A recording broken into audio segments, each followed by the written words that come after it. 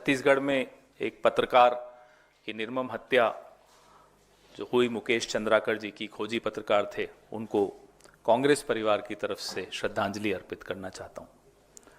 Before I begin the press conference, we would like to pay our tributes and we'd like to condole the death of a journalist, an investigative journalist in Chhattisgarh, Mr. Mukesh Chandrakar. आप जैसा कि जानते हैं कि 17 दिसंबर को संसद में गृह मंत्री ने एक ऐसी अपमानजनक टिप्पणी बाबा साहब डॉक्टर भीमराव अंबेडकर जी के लिए की थी, जिसके पश्चात हम कांग्रेस पार्टी की तरफ से पूरे देश में एक आंदोलन शुरू किया गया। हम इस उम्मीद में थे कि गृह मंत्री क्षमा मांगेंगे, माफी मांगेंगे। हमारी वो उम्मीद गलत थी। हम इस उम्मीद में थे कि प्रधानमंत्री खुद हस्तक्षेप करेंगे। प्रधानमंत्री ने हस्तक्षेप किया, लेकिन गृह मंत्री के पक्ष में और बाबा साहब डॉक्टर भीमराव अंबेडकर जी के अपमान में साझीदार बनते हुए दिखे प्रधानमंत्री जी। ये बहुत अफसोस की बात है। बेलगावी में आप में से कुछ साथी वहां मौजूद थे। वहां भी जो एक ऐतिहासिक कांग्रेस कार्य समिति की बैठक हुई, उसमें भी इस मुद्दे को जोर शोर से उठाया गया और तय किया गया कि एक अभियान शुरू किया जाएगा कांग्रेस पार्टी की तरफ से, जय बापू, जय भीम, जय संविधान। महासचिव संगठन के केसी वेणुगोपाल जी ने आपको मुखातिब होकर यह बताया था कि यह अभियान कांग्रेस पार्टी पूरे देश में शुरू करने वाली है। इस अभियान के तहत हर जिले में हम चौपालें लगाएंगे, इस पे चर्चा करेंगे कि कैसे न केवल बाबा साहब डॉक्टर भीमराव अंबेडकर जी का अपमान, बल्कि संविधान को बार बार नीचा दिखाने का षड्यंत्र आज से नहीं, दशकों से भारतीय जनता पार्टी और राष्ट्रीय स्वयंसेवक संघ लगातार करता आ रहा, और उसका सीधा सीधा खामियाजा प्रत्येक नागरिक को झेलना पड़ता है, उसको भुगतना पड़ता है। वो लेटरल एंट्री के माध्यम से कैसे आरक्षित वर्ग को चोट पहुंचाई जा रही हो, वो निजीकरण के माध्यम से आरक्षित वर्ग को चोट पहुंचाई जा रही हो, जो रिक्त पद हैं, 10 लाख के ऊपर जो रिक्त पद हैं, वो भी एक सीधे सीधे हमला माना जाए। ऐसे अनेक हमले, एक नहीं अनेक हमले। और लोकसभा चुनाव से पहले आप सबने देखा, आप सबने सुना, पूरे देश ने देखा और सुना कि 400 पार और संविधान बदला जाएगा। इन्हीं के नेता बार बार दोहराते थे। लोकसभा चुनाव में उनको इसका जवाब अच्छा मिला, लेकिन फिर भी बाज नहीं आए। और इसकी एक ऐतिहासिक पृष्ठभूमि है। There is a historical background to the animosity the RSS has always had against doctor Bhimrao Ambedkar ji and the constitution of India. मैं अपने जो अभी लॉन्च कर रहे हैं, जो आपको स्क्रीन पे दिख रहा है पैम्फलेट, जो इन चौपालों में इस पैम्फलेट का वितरण भी होगा और इसी पैम्फलेट के आधार पर ये हमारा आंदोलन चलेगा। और 26 जनवरी को डॉक्टर अंबेडकर नगर यानी कि मऊ में इसकी एक रैली के रूप में परिणति होगी। तो इसका जो ऐतिहासिक पृष्ठभूमि है वो ये है कि जब ये संविधान हम पास कर रहे थे, पूरा देश इस संविधान को पास करने के लिए बड़ा उत्सुक था। 30 नवंबर 1949 को आरएसएस ने अपने माउथपीस ऑर्गेनाइजर में संविधान को अभारतीय बताया। ये आज का नहीं है भाई, वही कह रहा हूं, दशकों से ये इसके पीछे पड़े हुए हैं। रामलीला मैदान में इन्होंने अंबेडकर जी का पुतला जलाया था। जब अंबेडकर जी महिलाओं के समान अधिकार की बात करते थे, उनके लिए संघर्ष करते थे, तो उनका पुतला जलाया जाता था। तो ये आज की बात नहीं है। ना केवल बाबा साहब अंबेडकर पर हमले बोले जाते हैं, सीधे सीधे हमले बोले जाते हैं, महात्मा गांधी की विरासत पर भी पुरजोर हमले बोले। उनके हत्यारे नाथूराम गोडसे का महिमा मंडन पिछले 10 साल से आप खुद देख रहे हैं कैसे सोशल मीडिया पर होता है। कहीं मंदिर बनाए जाते हैं, कहीं पूरा बापू की जो हत्या है उसका पूरा चित्रण किया जाता है, और एक ऐसा माहौल इस देश में बनाया जा रहा है जिससे धीरे धीरे धीरे करके, जिसको अंग्रेजी में कहते हैं कि विलेन बना दो, जो हीरोज हैं, जो नायक हैं इस देश के, इस सदी के ही नहीं कई सदियों तक के वो नायक रहेंगे, इसमें कोई शक नहीं है हमें। लेकिन उन नायकों को कैसे खलनायक बनाया जाए, यह षड्यंत्र जो रचा जा रहा है, यह आज से नहीं शुरू हुआ, यह आजादी से पहले और आजादी के बाद भी संघ हमेशा इस तरह का षड्यंत्र कोशिश करता रहा।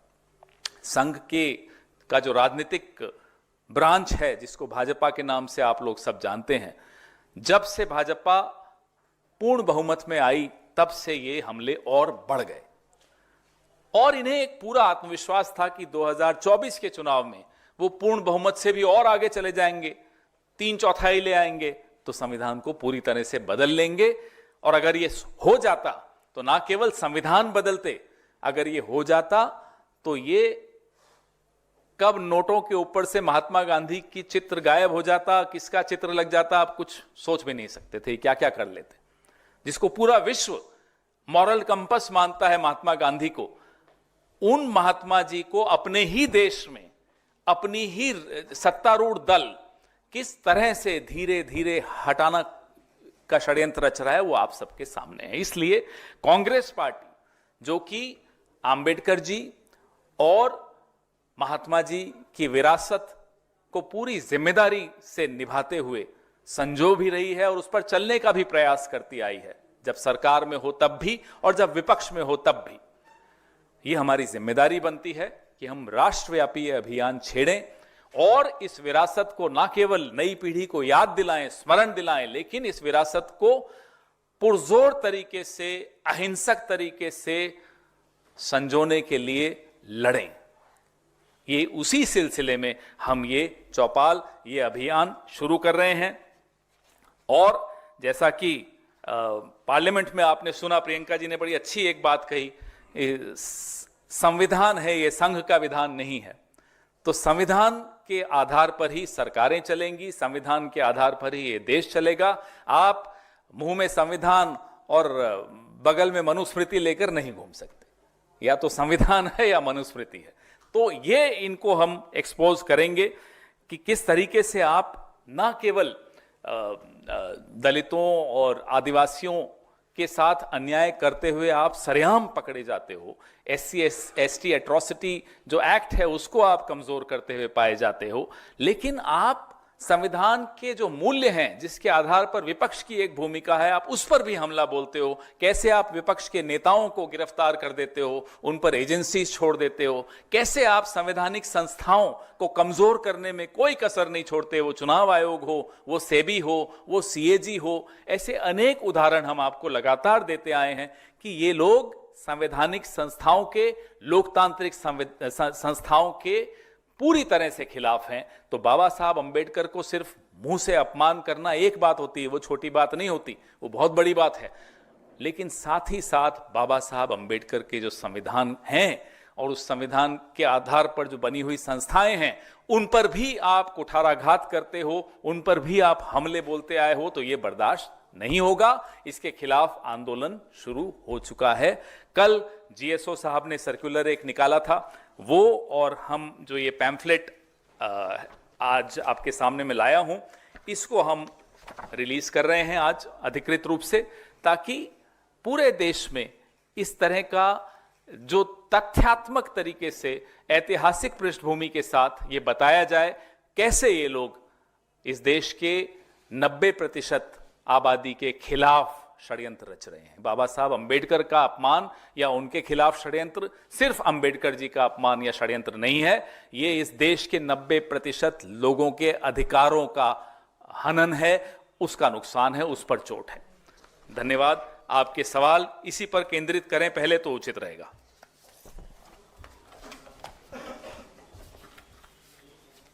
जी 26 जनवरी तक का कार्यक्रम का आपने बताया, 26 जनवरी 2025 से लेकर 26 जनवरी 2026 तक का भी कोई कार्यक्रम है? वो भी बताया जाएगा। पहले इस कार्यक्रम पर तो इसको कवरेज तो दो, पहले इस कार्यक्रम को। तो पहले इस पर 1 महीना देखते हैं आप कितना कवरेज देते हो, उसके बाद आपको वो भी जरूर जानकारी दी जाएगी। लंबा कार्यक्रम है, पूरे साल का कार्यक्रम है, क्योंकि ये जो संघर्ष है हमारा भारत जोड़ो यात्रा से शुरू हुआ और ये संघर्ष चल रहा है, चलता रहेगा। अभी तो सिर्फ 240 सीटें आई, उसके बाद ये इनकी ये हालत है। सोचिए 400 आती तो हमारा संघर्ष कितना होता। लेकिन हम उसी ढंग से संघर्ष करेंगे, यह मान के करेंगे कि ये इनकी नीयत में है। ज्यों ही मौका मिलेगा संविधान को ये कमजोर करेंगे। पूछिए इसी पे, पहले इस पे। नो, वो भी करिए। आप तो संघ के विधान पे जरूर पूछेंगे।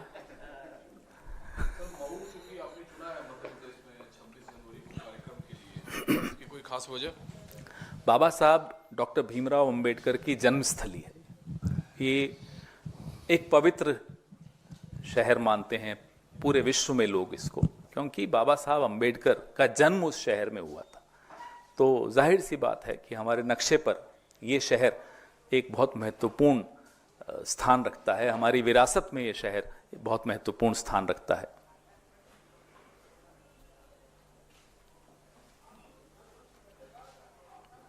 हाँ जी, पूछिए, और पूछिए,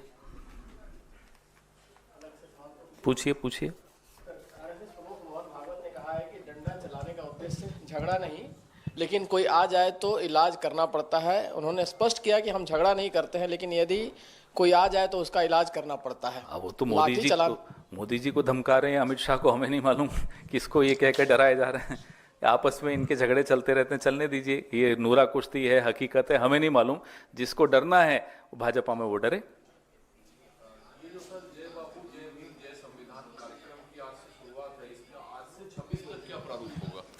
हर जिले में चौपाल लगाई जाएगी। हमारी जो संगठन है वो हर जिले में उसका चौपाल लगाएगा। इस पे पूरी चर्चा होगी।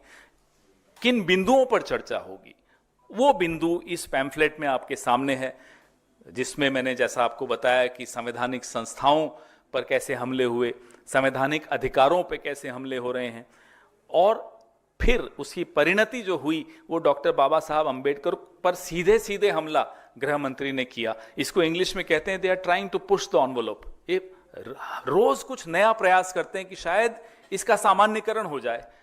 जैसे गोडसे का महिमा मंडन का सामान्यकरण किया जा रहा है।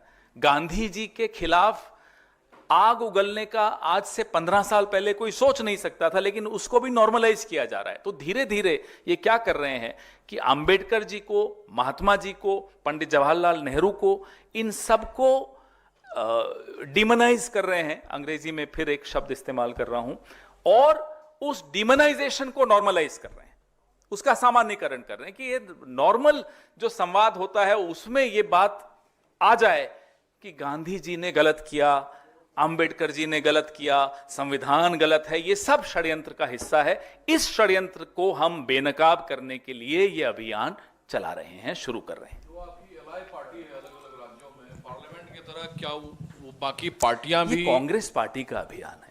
ये कांग्रेस की एक्सटेंडेड कांग्रेस कार्य समिति की बैठक में इसका निर्णय लिया गया है। जाहिर सी बात है कि कांग्रेस का कार्यक्रम कांग्रेस के लिए लागू होता है, कांग्रेस के वर्कर्स पे लागू होता है, कांग्रेस के ऑफिस बेरर्स पे लागू होता है।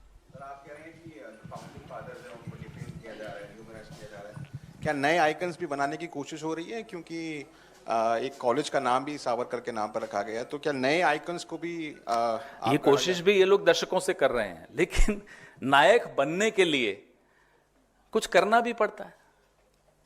यूं ही थोड़ी कि कोई नायक बन जाता है। नायक बनने के लिए 9 साल जेल में रहे नेहरू जी।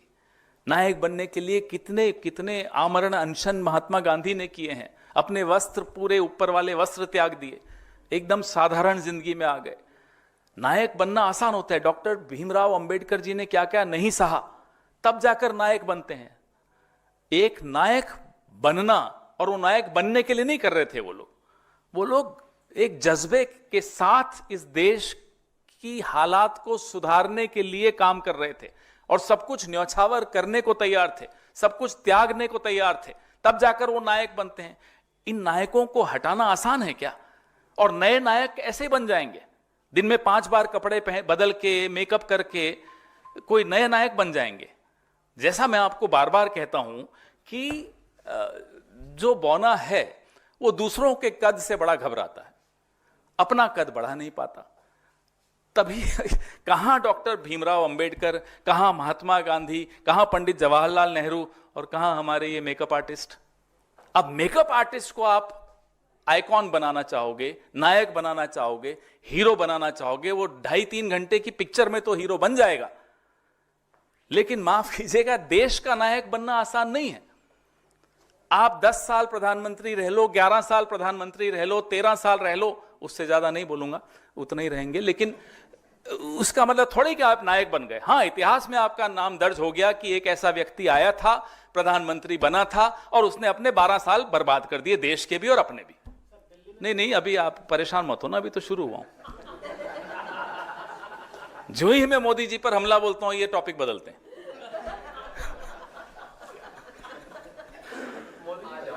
तो नायक बनना, जैसा कि मैं कह रहा था, आसान नहीं होता। आपने सवाल बड़ा अच्छा पूछा, क्या नए नायक बनाए जा रहे हैं? ये पिछले 40, 50, 60, 70 सालों से अपना 1-2 लोगों को, 1.5 लोगों को लेकर घूम रहे हैं कि इनको नायक कोई बना दे। और जिसको वो नायक बनाना चाहते हैं, उन्होंने बीफ पे क्या कहा, गोहत्या पे क्या कहा, ये खुद पढ़ लें तो उसको नायक नहीं बनाएंगे। जिसको ये नायक बनाना चाहते हैं, उन्होंने छत्रपति शिवाजी महाराज का कैसे अपमान किया, उनके बारे में क्या कहा, ये पढ़ लें, उसको कभी नायक खुद नहीं मानेंगे, अपने बच्चों को नहीं कन्विंस कर पाएंगे कि इसको नायक बना लो। जिसको ये नायक बनाना चाहते हैं, उन्होंने महिलाओं के लिए क्या कहा, ये अपनी घरवाली जो महिलाएं हैं, बहनें हैं, बेटियां हैं, माएं हैं, उनको सुना दें, वो इनको थप्पड़ मारेंगे कि इसको नायक बनाने चले हो आप। तो नायक बनना आसान नहीं होता, ये नायक नहीं बना पाएंगे। इनके पास खलनायकों की एक बहुत बड़ी लिस्ट है, वो बढ़ती जा रही है रोज। हाँ जी, पूछिए। मैं कहता था कि गरीबों का मसीहा बनने के लिए दिल्ली में होड़ चल रही है। प्रधानमंत्री कह रहे हैं कि हमने जो अपने घर नहीं बनाया, गरीबों को कर दिया, हमने शीश महल नहीं बनाया। केजरीवाल कह रहे हैं कि गरीबों का अपमान करती बीजेपी। असली मसीहा है कौन गरीबों का? प्रधानमंत्री अपने आप को मसीहा तो नहीं कहेंगे, कम से कम कुछ और ही कहते होंगे, क्योंकि मसीहा शब्द तो कुछ अलग है। इस देश का मसीहा, इस देश का भगवान, इस देश का, इस जो सरकारें जिसके आधार पे चलती हैं, वो इस देश की एक बहुत मूल्यवान पुस्तक है, जीती जागती ज्वलंत पुस्तक है, वो संविधान है। जिस सरकार ने पिछले 10 साल में गरीब को और गरीब करने में कोई कसर नहीं छोड़ी, वो आकर कहें कि देखो मैं 80 करोड़ लोगों को मुफ्त राशन दे रहा हूं, हाथ यूं करके, इससे ज्यादा शर्मनाक बात क्या हो सकती है? इस स्थिति में आप लाए हो इस देश को। रही बात दूसरे व्यक्ति की, छोटी फोटोकॉपी, तो छोटी फोटोकॉपी ने भी यही किया। सत्ता में आ गए, लेकिन सत्ता में आने के बाद सिर्फ अपनी सत्ता कैसे बढ़ाएं, एक्सपेंशनिज्म, इस राज्य में चलिए उस राज्य में फुदक के चले जाएं, उस राज्य में पहुंचे फुदक के तीसरे राज्य में चले जाएं।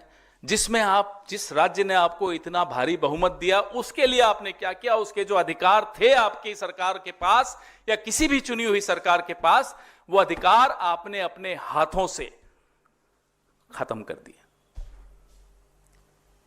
जी सर, इसी में मेरा क्वेश्चन है। अभी अरविंद केजरीवाल की तरफ से एक घोषणा हुई है कि उन्होंने ये कहा है कि दिल्ली में जितने भी पानी के बिल बढ़े हुए आए हैं, उनकी जेल जाने के बाद दिल्ली वाले जो हैं वो बिल संभाल के रखें, उनका भुगतान ना करें। जब उनकी सरकार बन जाएगी, दोबारा सत्ता में आएंगे, तो उनके गलत बिलों को माफ करवाएंगे। ये मेरी सभी लोगों से बात है। अभी किसकी सरकार और गारंटी है मेरी। अभी किसकी सरकार है? वो जेल चले गए तो क्या सरकार पूरी जेल चली गई? मतलब उनके जेल जाते ही बिल बढ़ गए, ये कैसे हुआ? तो ये सब बातें दिल्ली को कोई मूर्ख मान के ही बोल सकता है, या मूर्ख मानता है या मूर्ख बनाना चाहता है। न दिल्ली वाले मूर्ख हैं, न दिल्ली वाले मूर्ख बनेंगे। Manipur has witnessed a fresh violence. Yes. And sir, what according to you is the ultimate long-lasting solution to this? It has been almost over a year. Look, it's not possible for us here, sitting here, to give any lasting solution to a problem in Manipur. But having been in government for 54 years and 7 months out of 76 years, we have learned something about this country, that any such complex issue needs to be handled with utmost sincerity and sensitivity at the topmost level. Do we see that sensitivity? Do we see that sincerity at the topmost level of this country? No, we don't. Has the Prime Minister uttered a word on Manipur, barring wishing the Manipur Chief Minister a happy birthday? Have you seen him tweet about Manipur? Have you seen him visit Manipur?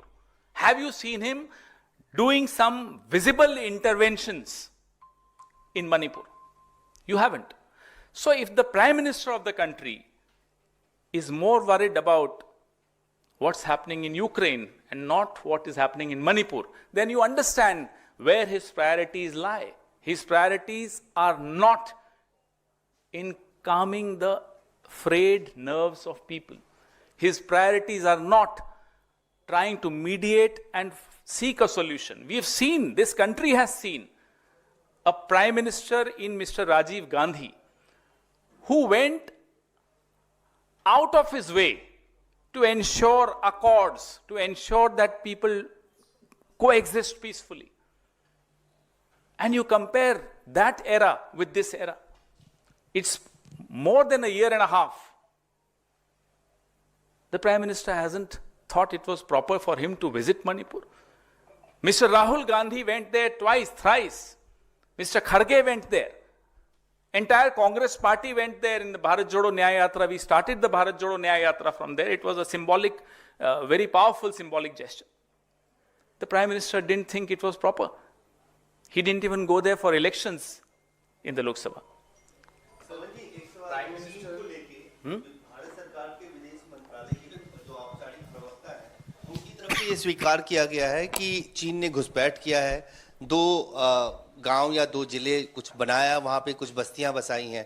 पहली बार ये admission जो हुआ है, क्योंकि प्रधानमंत्री ने तो 2020 में कहा था ना कोई घुसा है ना घुसेगा। इस पर एक विस्तृत प्रेस वार्ता हम लोग करेंगे, बहुत जल्दी करेंगे। लेकिन जो भारत की विदेश नीति है, वो आपने जो सवाल पूछा शायद होतान परफेक्चर पर पूछा है, अलावा उसके जो ब्रह्मपुत्रा पे एक डैम बनने की बात हो रही है, अलावा उसके भी कई उदाहरण हम लगातार देते आए हैं आपको कि कैसे भारत की विदेश नीति पिछले 10 साल में उसके नतीजे हम रोज भुगत रहे हैं। वो अमेरिका हो, वो चीन हो, वो अगल बगल के और हमारे पड़ोसी देश हों, हर जगह से आपको वही उदाहरण मिलते हैं कि किस तरह की ढुलमुल विदेश नीति आपकी है।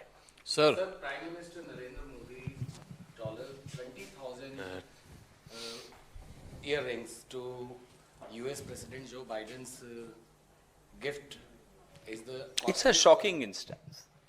There are SOPs in place for such gifts, but it's shocking to know that even in response to an RTI, the Prime Minister's office refuses to divulge details. But this country is very surprised at this point. This is the only thing I would like to say. Sir, प्रवेश वर्मा को नई Delhi seat से ticket मिलने के बाद fight triangle है या सीधे लड़ाई आम आदमी पार्टी और कांग्रेस में है? दूसरा, रमेश बिदूड़ी को कालका जी से टिकट दिया गया है, जिनके विवादित बयान के बाद लोकसभा का सीधी लड़ाई ना केवल इन दोनों सीटों पर जिनका आपने नाम लिया, नई दिल्ली और कालका जी, पूरी शहर में, पूरी दिल्ली में सीधी लड़ाई कांग्रेस पार्टी की है आम आदमी पार्टी से, और हम जीतने वाले हैं। सीधी लड़ाई पिछले 10 साल का कुशासन और उससे पहले के 15 साल के सुशासन के बीच की लड़ाई है। बीजेपी के बारे में तो अब दिल्ली में लोगों को याद भी नहीं है। 27 साल हो गए बीजेपी को सत्ता में आए हुए दिल्ली में। तो अब बीजेपी दिल्ली में कोशिश भी कर ले तो जितना है उससे आगे नहीं बढ़ सकती, उससे नीचे ही जाएगी। लेकिन कांग्रेस पार्टी के विषय में, कांग्रेस पार्टी की सरकार की मेमोरी लोगों के दिमाग में अब बार बार आती है। रोज घर से बाहर निकलते हैं तो याद आता है कि अरे जब शीला जी मुख्यमंत्री थी तो दिल्ली ऐसी दिखती थी। पवन जी, दिल्ली में चूंकि आप काफ़ी सक्रिय रहे हैं, शीला जी के साथ आपका अनुभव, लेकिन बड़ा सवाल यह है कि आज जो लिस्ट आई है बीजेपी की, उसमें कई ऐसे चेहरे हैं जो कभी कांग्रेस के कद्दावर नेता रही हैं, कई दूसरे नेता भी हैं जिनको टिकट दिए गए हैं, जो उम्मीदवार बनाए गए हैं। इन लिस्ट में ऐसे नेताओं पर क्या कहेंगे जो बाहर से आकर इस लिस्ट में टिकट पाने में कामयाब हैं? बीजेपी की लिस्ट में मैं बीजेपी की लिस्ट के बारे में क्यों बात करूं? अरे छोड़िए ना, अब हमारे थोड़े रहे, जब वहां गए तो अब हमारे नेता कैसे हो गए? हम अपने नेता कैसे मान लें उनको? सर, चूंकि आप शीला जी के साथ काफी रहे हैं, एक बयान है शीला जी का कि मैं दिल्ली में जो कामकाज की हूं वो लगभग 2024 तक के लिए दिल्ली में ठीक है, लेकिन 24 से 34 का क्या रोड मैप होगा, क्या ब्लूप्रिंट होगा, वो है आपके पास? ऐसे थोड़े बैठे होंगे, है तभी तो बैठे हैं यहां। आप 10 साल हमें सत्ता से बाहर रख लिया, लेकिन उसके बाद भी आज जब दिल्ली को देखता है कोई भी बाहर से आकर या दिल्ली के भीतर रहने वाले हम और आप लोग, हमें वही याद आता है कि ये फ्लाईओवर उस वक्त बना था, ये मेट्रो उस वक्त शुरू हुई थी, बिजली का निजीकरण उस वक्त हुआ था, ये बसें जो लाल वाली और नीली वाली और हरी वाली चल रही, ये शीला जी के वक्त आई थी, ये कांग्रेस के शासन के वक्त आई थी। जो यहां से इंडस्ट्रीज रिहायशी इलाकों से बाहर निकली वो उस दौर में निकली थी। जो डीजल की व्हीकल्स पे पाबंदी लगी थी वो उस दौर में हुई थी। सोनिया विहार प्लांट उस दौर में आया था। इंटरसेप्टर स्यूअर उस दौर में लगे थे। 300% ग्रीनरी उस दौर में बढ़ी थी। क्या क्या याद दिलाऊं? सब याद है लोगों को।